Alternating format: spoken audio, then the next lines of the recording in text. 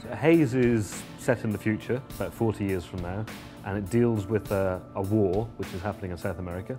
It's a first-person shooter, and there's some pretty crazy stuff going on. So the sides in the war, one of them is Mantle, which is this kind of military company that's taken over kind of the roles that the UN and NATO have at the moment, so they're kind of sort of fighting overseas. And the other side is this rebel side called the Promised Hand, and they've taken over the country. And you go in there as a character called Shane Carpenter to fight the good fight against the rebels. And over the course of the game, a lot of pretty crazy stuff happens, and you learn a lot about yourself and a lot about Mantle. Core to Haze is Mantle's use of a substance called nectar. Nectar is a kind of biological, pharmaceutical, combat-enhancing medication that's given to the troopers.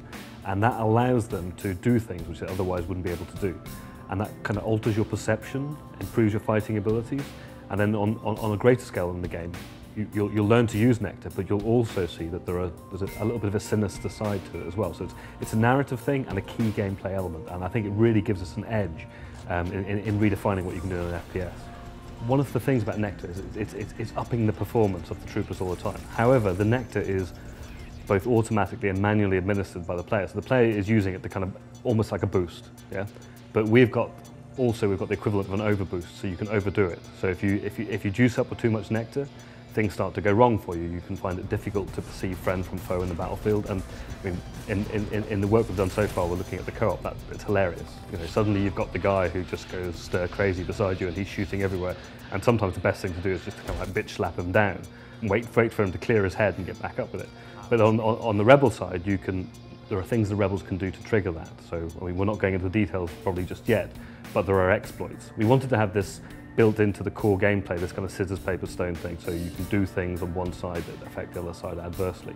We made a decision quite early on that we wanted to have a very continuous flow to the game. There aren't any loading screens. As you go from kind of combat mission to combat mission, you're either doing it being picked up on a dropship and there's kind of banter going on and evolution of the narrative in the dropship, or sometimes you're on road, so it's actually a driving level built into the game. Some of them are combat driving, some of them kind of like challenging driving. As a company, I like the idea of trying to do things which are kind of quite filmic with the narrative in games. All too often that's something which is just forgotten about. And I think particularly with Haze, we've got something again which, like with Second Sight, the narrative structure and the things that happen in the narrative tie directly back into the gameplay.